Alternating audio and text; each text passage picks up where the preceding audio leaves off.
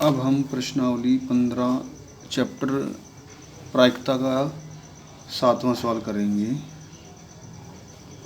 7वां सवाल यह दिया हुआ है कि 3 विद्यार्थियों के एक समूह में से 2 विद्यार्थियों के जन्मदिन एक दिन ना होने की प्रायिकता, ये PE नहीं वाला है। इसका मतलब एक दिन 2 विद्यार्थियों का जन्मदिन एक दिन नहीं होगा, तो PE नहीं, इसकी प्रायिकता 0.992 है। तो इसने कहा है कि इसकी प्रायिकता क्या है कि दोनों विद्यार्थियों का जन्मदिन एक ही दिन हो, तो PE की प्रायिकता ज्ञात करनी है हमने। अभी हमें फॉर्मूला याद है कि अगर हमने PE निकालना है तो हम 1 में से PE नहीं घटाएंगे, और अगर हमें PE नहीं निकालना है तो 1 में से PE घटा लेंगे। तो अब हमने PE निकालना है ना, तो 1 में से PE नहीं घटाएंगे। अब 1 में से PE नहीं का मान तो ये दे रखा है 0.992। अब घटाने के माइनस करने का तरीका मैंने आपको बताया था। ये 1 है और ये पॉइंट वाली रकम है 0 पॉइंट। अब ये एक को भी पॉइंट वाली रकम बनाना पड़ेगा। 1 के बाद पॉइंट 1 के बाद है, यहाँ पर है अगर नहीं दिख रहा तो।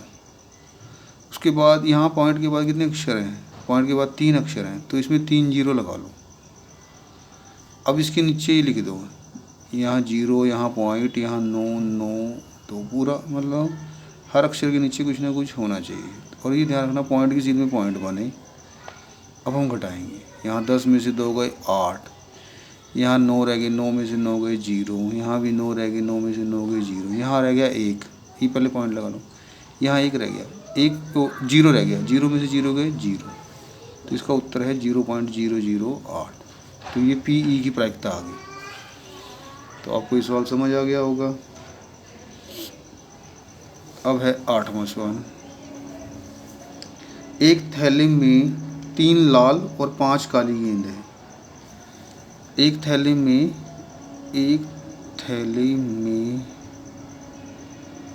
3 लाल और 5 काली गेंद है।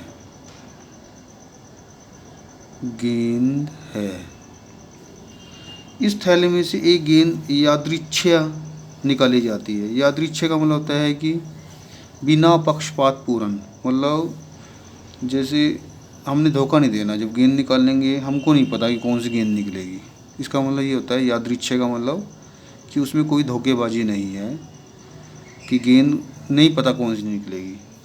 तो इसकी प्रायिकता क्या है कि गेंद लाल होनी चाहिए, तो लाल गेंद होने की प्रायिकता ज्ञात करनी है। अब हम कैसे करेंगे इसको? तो इसमें इस टाइप के सवालों में अब ये मेन सवाल अब शुरू हो गए हैं यहाँ से। तो इसमें देखो, एक थैले में 3 लाल और 5 काली गेंदें हैं, तो ये कुल कितनी गेंदें हो गई? 3 और 5 8। तो जो कुल होता है ना, कुल परिणाम, देखो या तो अगर गेंद निकालेंगे या तो लाल गेंद होगी, लाल भी 3 गेंदें हैं। अब ये नहीं पता कौन सी लाल आ जाए, तो पहली लाल, दूसरी लाल, तीसरी लाल, फिर 5 काली गेंदें, क्या अब तक काली गेंद आ जाए, पहली काली, दूसरी, तीसरी, चौथी, ये टोटल कितनी गेंदें होगी? 5 और 3 8 गेंदें होगी। तो ये होता है घटना के कुल परिणामों की संख्या। इसको बोला जाता है घटना के कुल परिणामों की संख्या। सबसे पहले घटना के कुल परिणामों की संख्या लिख लो।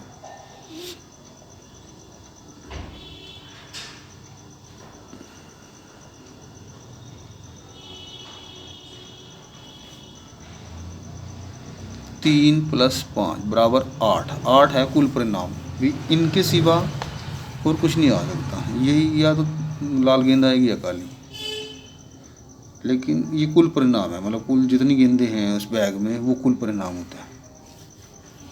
अब पहला सवाल ये पूछा था कि लाल हो। अब लाल गेंद होने के लिए तो लाल गेंद ही निकालनी पड़ेगी। गेंद कैसे आनी चाहिए? लाल रंग की। तो लाल रंग की तो 3 गेंदें हैं, क्या तो वो पहली हो ये या दूसरी या तीसरी, तो ये 3 ही चांस हैं उसके आने के। चौथा चांस में तो वो काली हो जाएगी। तो हम क्या करेंगे, इसको बोलते हैं घटना के अनुकूल परिणामों की संख्या। घटना के अनुकूल परिणामों की संख्या। अनुकूल का मतलब होता है घटना के हिसाब से, कि घटना क्या आना चाहिए, लाल गेंद होनी चाहिए, तो घटना के अनुकूल परिणामों की संख्या क्या है, 3 है, क्योंकि लाल गेंद है उसमें 3 है। तो घटना के अनुकूल परिणामों की संख्या 3 है और घटना के कुल परिणामों की संख्या 8 है। अब लाल गेंद की प्रायिकता पूछी है कि लाल गेंद आनी चाहिए, लाल गेंद की प्रायिकता, उसका फॉर्मूला होगा, एक प्रायिकता का फॉर्मूला होता है, वो क्या है, घटना के अनुकूल परिणामों की संख्या ऊपर लिखेंगे, घटना के अनुकूल परिणामों की संख्या को तो ऊपर लिखेंगे,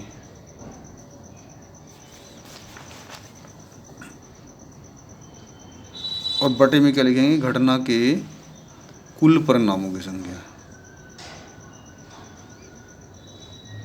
कुल परिणामों की संख्या, ये फॉर्मूला जरूर लिखना है। अब अनुकूल परिणाम कितने हैं, वो 3 है और कुल परिणाम है 8, तो 3/8 उत्तर आ गया। ये तो है लाल गेंद के लिए। अब इसी का दूसरा पार्ट बनाकर उसने कहा काली होनी चाहिए। अब गेंद काली निकालनी है, लाल नहीं हो, मतलब ऐसे लिखा है लाल नहीं है। तो उस बैग में कितने रंग की गेंदें हैं, 2 रंग की हैं, या तो लाल या काली। अब उसने कहा लाल नहीं होनी चाहिए, तो इसका मतलब काली गेंद आएगी। तो अब ये सवाल तो वही चल रहा है अभी 8वां ही। तो घटना की कुल परिणामों की संख्या अब दोबारा लिखने की जरूरत नहीं है, वो तो हमको पता है 8 है। अब लाल के हिसाब से घटना के अनुकूल परिणामों की संख्या 3 थी। अब काली के हिसाब से, क्योंकि लाल नहीं होनी चाहिए, तो उसके हिसाब से अलग आएगी घटना के अनुकूल परिणामों की संख्या,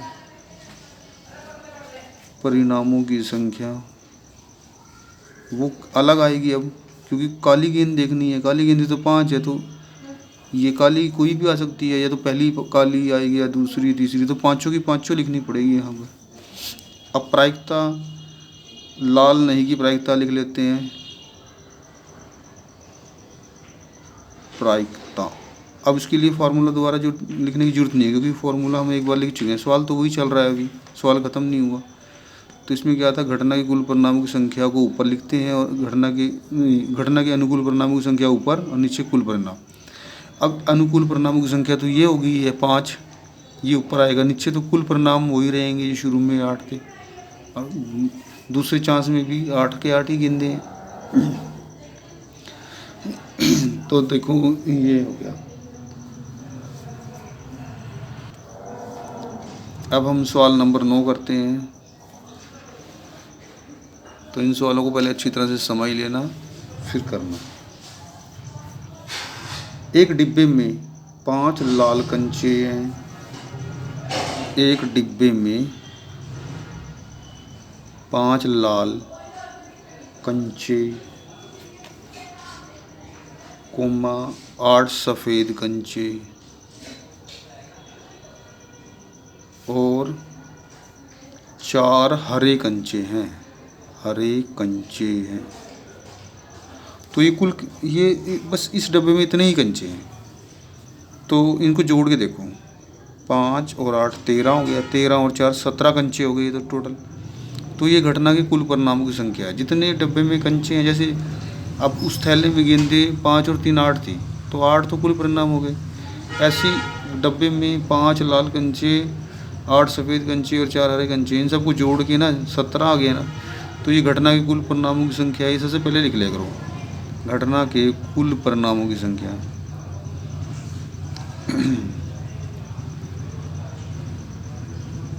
ये तो होगी ऐसे, 5 + 8 + 4 17 आंसर आएगा। तो ये कुल परिणाम हो गए। ये तो एक बार पहली बार इससे पहले ये लिखना है। अब 9वें सवाल में क्या क्या पूछा हुआ है, इसमें 3 भाग बना रखे हैं। पहला है लाल हो। अब उसने कहा है कि आना क्या चाहिए, उसने कहा है कि इस डब्बे में से एक कंचा यादृच्छिया निकाला जाता है, मतलब वही बिना देखे, बिना किसी धोखे के एक कंचा निकाला जाता है, भी किसी को नहीं पता जो निकलेगा कंचा क्या आएगा। तो उसकी प्रायिकता बताओ कि वो लाल होना चाहिए। अब घटना के परिणामों की संख्या लिखनी पड़ेगी। जब ये लिखने के बाद घटना के अनुकूल परिणामों की संख्या, क्योंकि 2 ही परिणाम होते हैं, या तो घटना के कुल परिणामों की संख्या या घटना के अनुकूल। तो कुल तो लिख लिया हमने, अब घटना के अनुकूल परिणाम भी निकाल लेते हैं की संख्या। तो अब लाल कंचा होना चाहिए, तो लाल रंग के कंचे कितने हैं इस बैग में?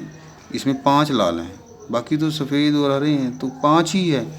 क्या पता कौन सा कंचा निकल जाए, पहले वाला लाल कंचा या दूसरे वाला लाल कंचा, इसीलिए 5 के 5 जितने कंचे लाल रंग के हैं वही लिखने पड़ते हैं, 5 के 5 यहाँ लिखेंगे।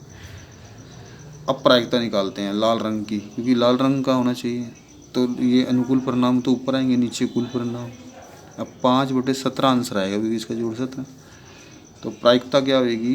पहले फॉर्मूला लिखेंगे, पहली बार फॉर्मूला जो लिखते हैं, घटना के अनुकूल परिणामों की संख्या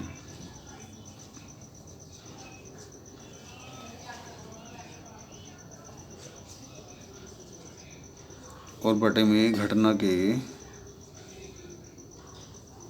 कुल परिणामों की संख्या।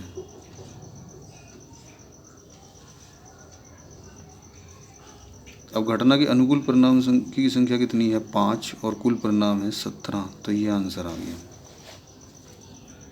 अब दूसरा सवाल, अब इसी के दूसरे भाग में लिखा कि सफ़ेद है। अब कंचा कैसा आना चाहिए? सफ़ेद। तो घटना की अनुकूल परिणामों की संख्या बदल जाएगी, तो लिखो घटना के अनुकूल परिणामों की संख्या। अनुकूल का मतलब घटना के हिसाब से, घटना कह रही है कि सफ़ेद रंग का कंचा आना चाहिए, तो घटना के अनुकूल परिणामों की संख्या, तो जितने सफ़ेद कंचे हैं वो देख लो। तो सफ़ेद कंचे उसमें 8 हैं, तो ये 8 आ जाएगा। अब इसकी प्रायिकता निकाल लेते हैं। अब फार्मूला दोबारा लिखने की जरूरत नहीं होती, इस फार्मूला पर मन में बोल लो, मतलब फार्मूला याद होना चाहिए आपको। ऊपर होता है घटना के अनुकूल परिणामों की संख्या, और घटना के अनुकूल परिणाम आए हैं 8, और बटे में होता है घटना की कुल परिणामों की संख्या, और वो शुरू में ही 17 आ गए थे, कुल कंचे 17 थे, तो 8/17 उत्तर आ गए। अब इसका हम तीसरा भाग कर लेते हैं। इसमें लिखा हरा नहीं है, मतलब कंचा कोई भी आ जाए, लेकिन हरे रंग का नहीं होना चाहिए। तो उसका मतलब लाल रंग का कंचा निकल सकता है और सफ़ेद रंग का, तो दोनों में से कोई भी कंचा आ जाएगा। तो अब अनुकूल परिणामों की संख्या बदल जाएगी। घटना के अनुकूल परिणामों की संख्या,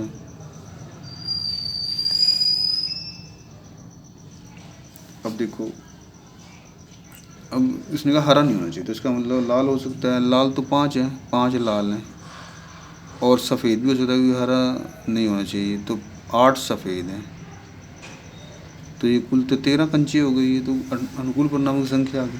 तो प्रायिकता क्या बनेगी इसकी?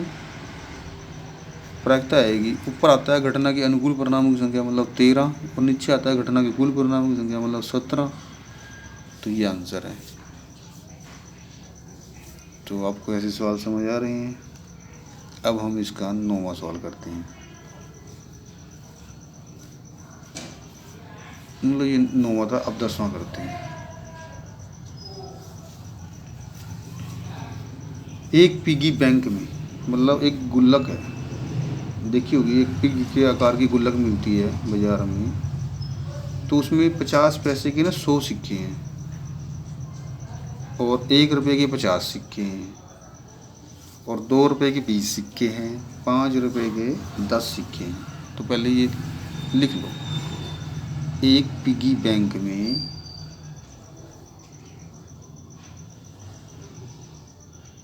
पिगी बैंक का मतलब होता है गुल्लक। पिगी बैंक में 50 पैसे के 50 पैसे के सिक्के आपने देखे होंगे। उस 50 पैसे के सिक्के 100 हैं, उसमें 100 सिक्के, और कोमा लगा के 1 रुपये कितने हैं?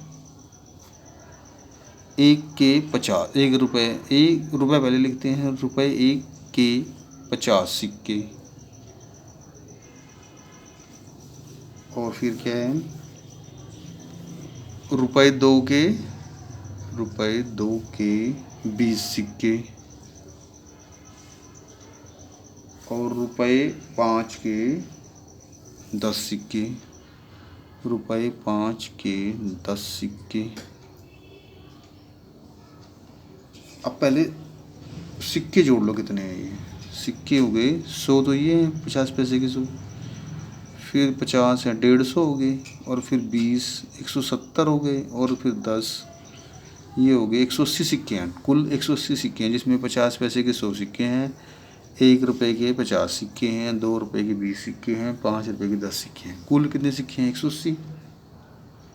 तो ये घटना के कुल परिणामों की संख्या तो 180 होगी। घटना के कुल परिणामों की संख्या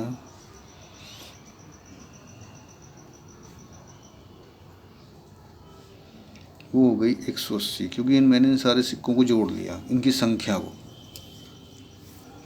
अब इसमें सवाल, अब आगे सवाल चलेगा। यदि पिगी बैंक को हिलाकर उल्टा करने पर कोई, कई बार हम पिगी बैंक में से सिक्का निकालने के लिए उसको उल्टा करके ऐसे हिला के देखते हैं, तो कोई भी सिक्का गिर सकता है उसमें। इतने सारे सिक्के हैं उसमें, 180 सिक्के हैं, तो क्या पता 50 पैसे का निकल जाए, या 1 रुपये का, या 2 रुपये का निकल सकता है कोई भी। तो उसने कहा कि इसकी क्या प्रायिकता होगी कि वो सिक्का कितने का होना चाहिए? 50 पैसे का। अब 50 पैसे का सिक्का निकलना चाहिए, इसमें पहले ही बोल दिया। तो अब घटना के अनुकूल परिणामों की संख्या लिखी जाएगी। घटना के अनुकूल परिणामों की संख्या,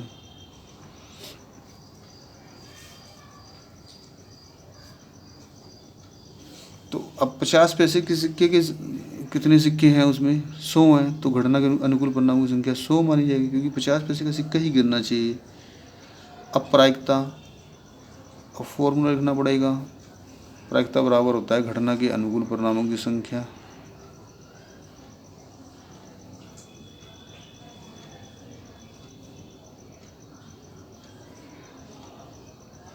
बटे में घटना के कुल परिणामों की संख्या। कुल परिणामों की संख्या,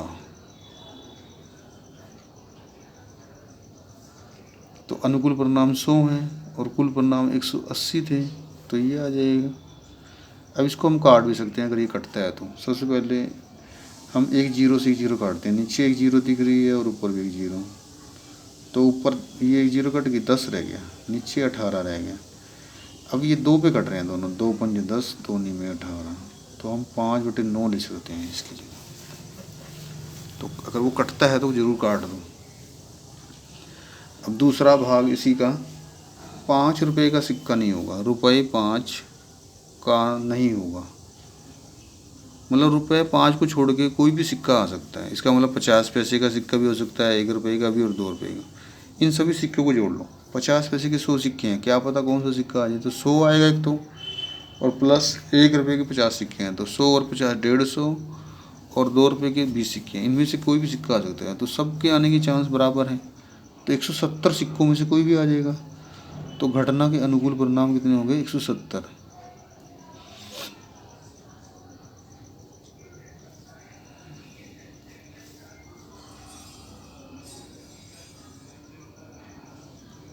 सबको जमा कर लेंगे। किसको किसको? एक तो 50 पैसे के 100 सिक्के थे, 1 रुपये के 50 और 2 रुपये के 20, तो जोड़े 170 सिक्के हो गए।